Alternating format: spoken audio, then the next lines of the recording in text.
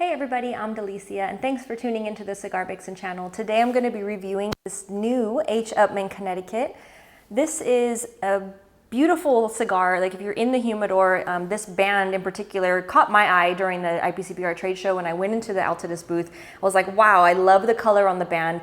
Again, beautiful eye-catching yellow, kind of draws your attention, similar to the previous H. Upmann that came out either, I think it was last year, possibly the year prior, but it was the H. Upmann with the turquoise band. It had the little AJ Fernandez. They did that collaboration. So this one is kind of a follow-up in the sense to that particular lineup.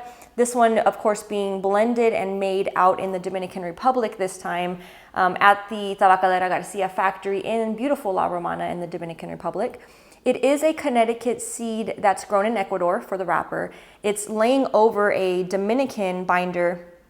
And then inside the filler, you have Dominican, but in particular a Pilotico varietal, so it gives it a little bit more strength alongside some Nicaraguan tobacco, again, in that filler. And then it's topped, this is the different part, it's topped with like a Maduro cap, so just something else to kind of grab a little bit of a different flavor profile. Again, using that Ecuadorian Connecticut, it will give you a little bit of a different profile than the US grown Connecticut shade wrapper. I did have an opportunity recently to visit the Altadis farm, if you will, out in Connecticut in the United States. And it was just so much fun to be there, see the tobacco, watch it being harvested was really cool. They were doing a stock cut, which I had never seen up close. So again, I do have a full video that I'll be releasing soon of that trip, and I'll show you guys that farm and some of that. But this particular one, obviously it's a partner brand, but it's not being grown at that particular farm. I just thought I'd bring that up because it popped into my mind at the time. But again, back to this particular cigar, beautiful to look at.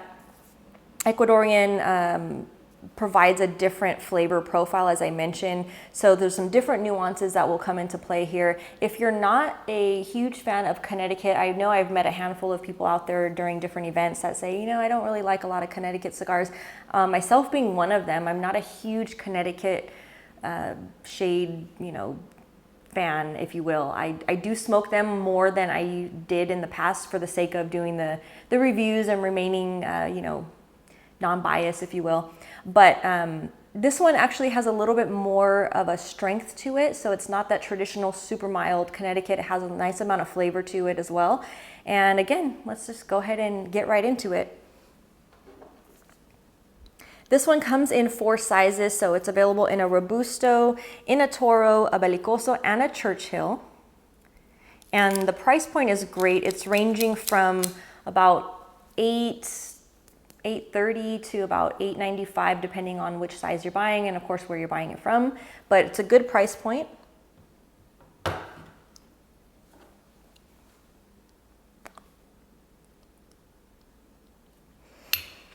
So you do pick up a little bit of a woodsy something on the cold draw.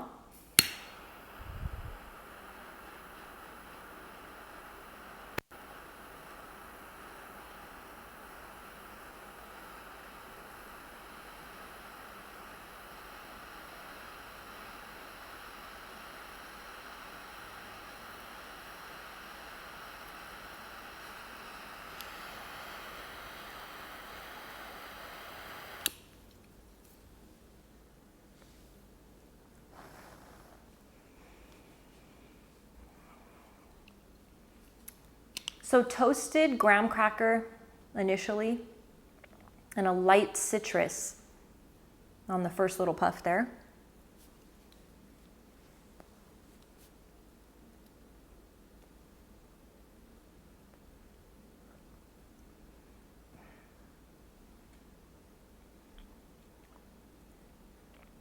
Slight nuttiness to it, kind of a roasted nut.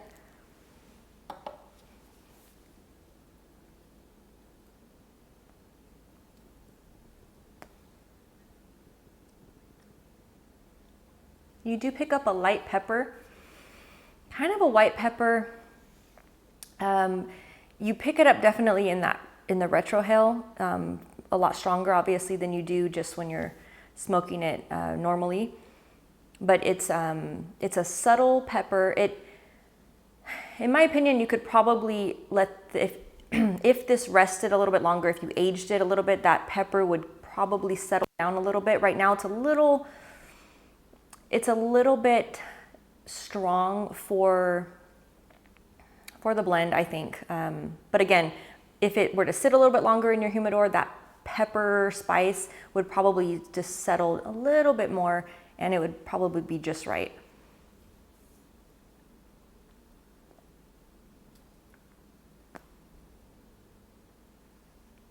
But as you can see, hopefully, it's producing a lot of smoke. So right away, I mean, it just has a nice aroma, beautiful smoke output, nice draw to it as well. And I'm gonna go ahead and smoke it down a little bit more and check back in with you guys for the second third.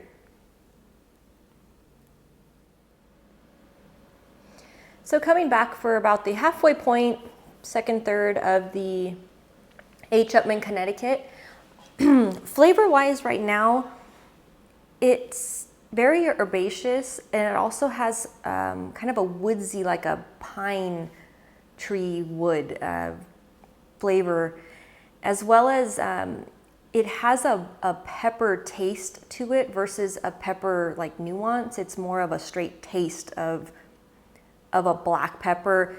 In my opinion, it's a little bit harsh for where I would think it would need to be for this particular type of a blend. But again, it's personal preference. I like when there's a pepper, like just a nice notation of the spice versus that straight out flavor of pepper. And this one kind of has that right now. Again, I kind of mentioned that in the beginning, that I thought that if you let this age a little bit more, that might settle into being more of a nuance versus just a straight out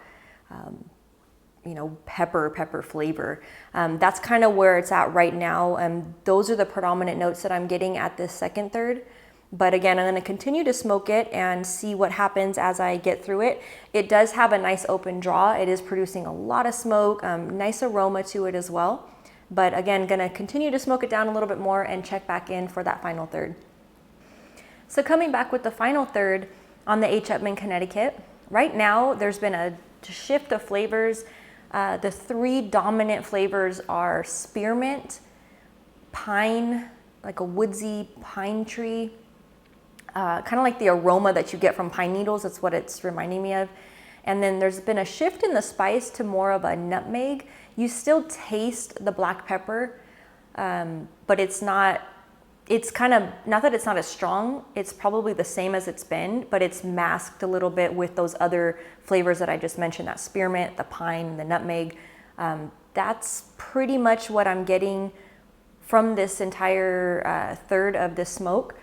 I will say that towards this final third, those different notes that I mentioned kind of helped settle out against some of that black pepper, but really this one is not for me.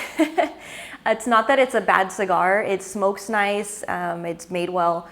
The particular flavor profile that it does have is not one that I enjoy, but it doesn't mean that there aren't some of you out there that would enjoy it. So I always urge you guys, no matter what I say about a cigar, that you should try it yourself, because again, we have different palates. We have things that we like and dislike that are different from each other. Taste is very subjective. So definitely give it a shot, try it. I'd love to hear your feedback if you have smoked it, if you liked it, if you didn't like it, and if you plan on smoking it. I would definitely recommend the other H. Upmann, the turquoise band, the AJ Fernandez blended one. That one is a much better cigar in my opinion. Flavor wise, all of it just fits really well. I could smoke that one any time of the day. I really enjoy that cigar. This one, not so much. Again, it's not that it's bad, it's just not my particular cup of tea. So that being said, again, love to hear the comments, the feedback. Thanks for tuning in. Thanks for hanging around with me, and I hope to see you soon. Cheers.